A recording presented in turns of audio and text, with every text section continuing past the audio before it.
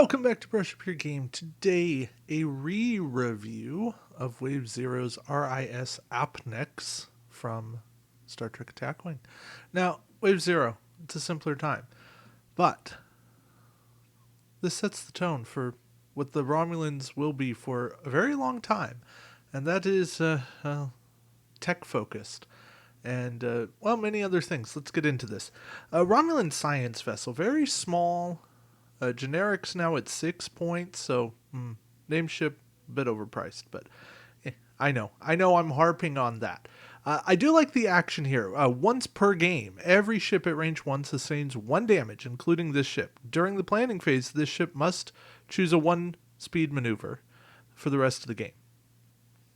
Okay, essentially it's ejecting the core and detonating it to cause damage.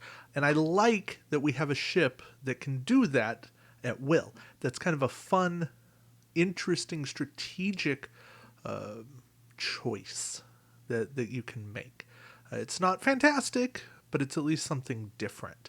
I don't know. It plays. It's a ship ability that's intrigued me, that I've toyed around with a decent amount. I don't love what I've come up with, but I know that there are some decent options there. It's a 1 attack die ship. This is very much support. This is not going to win you a game, but the maneuver dial is really good. 6 green maneuvers come about as a white maneuver 1 turn, which we basically don't see in the game. This will get you a lot of places. Now, 2 crew and a tech, decent choices, but double tech is nicer. Of course, because the Romulans are much more tech-focused. The generic, as I said, 6 points.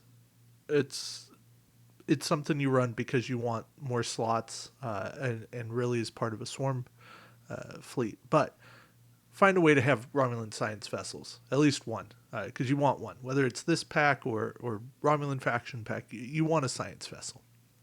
Mirok is a captain. As a skill 4 captain for 2 points. After you move, if at least one friendly ship is within range 1 of your ship, repair 1 damage to your hull or shields. Your choice. I like Mirok. I think Mirok is not fantastic. He's skill 4. He shouldn't be fantastic, but he has a role he can play and passive healing. Granted, there's a condition there. You got to be in formation with another ship, but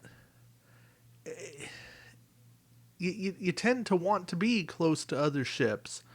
You are just telegraphing your moves at least a little bit. I like Mirok. I think he has uses.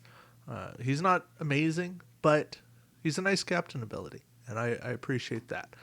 The Muon Feedback Wave. This is another one of those wonky cards. It's an action. Discard this card to place a Muon token beside a ship at range 1.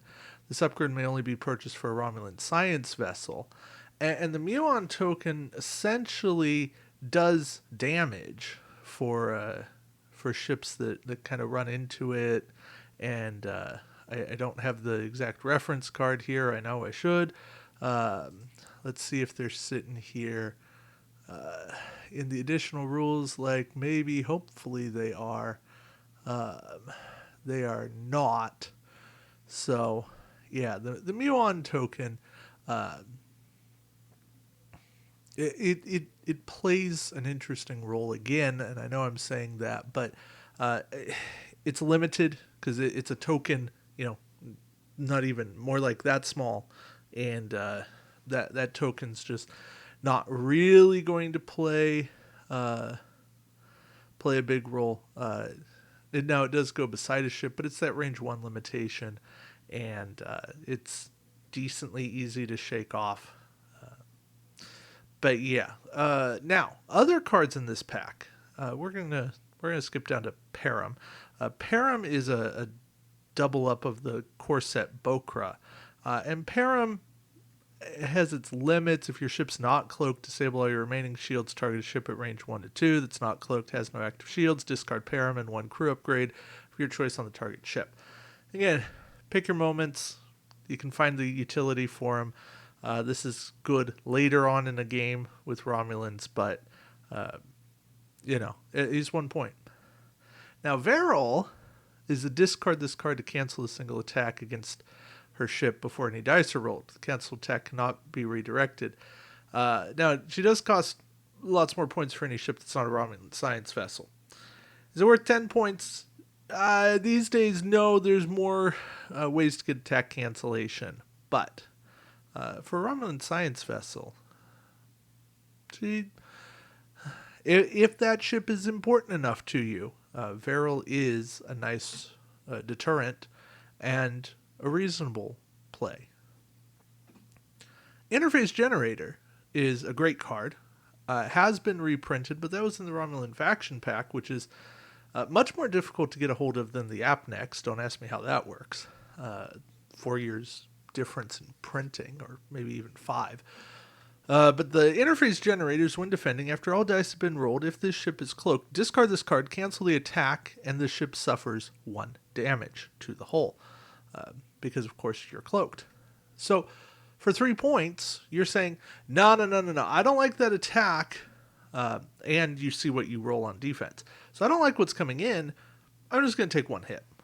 And your opponent knows that that ability exists. So really what it does is it makes them kind of judge, okay, I've got these one-shot abilities, crew that I can discard to add a hit, a crit, target locks to re-roll. But do I want to use all of those, or do I need to try to burn the interface off first? But if I don't add a lot of those hits, can I even get you to a point where you want to burn interface? I don't know. It's a tough game, and I like interface. I think interface is still one of the 10 most important techs in the game, and definitely worthwhile. So this pack has maybe gone down a little bit in significance just because Varel's not what she used to be, but Interface Generator is still very good. The Muon Feedback Wave, an interesting gameplay mechanic, definitely a useful card, more mission specific, and the Apnex, I call the Apnex a card that needs to be repriced, just brought down in the cost, but aside from that, still kind of fun.